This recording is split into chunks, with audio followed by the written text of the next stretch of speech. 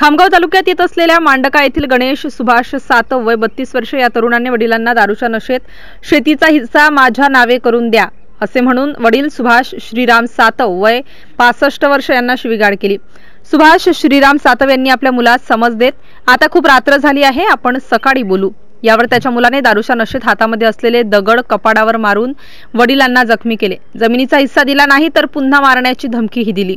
त्यामुळे सुभाष श्रीराम सातव यांचे medical certificate व रिपोर्टवरून त्यांच्या गणेश सुभाष सातव वय 32 वर्ष या मुलावर कलम 324, 504, 506 पिंपळगाव राजा पोलीस स्टेशन येथे गुन्हा दाखल करण्यात आला आहे।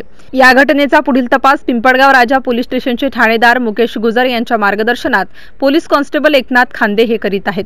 MCN न्यूज मराठी करिता गजानन खंडारे, पिंपळगाव राजा।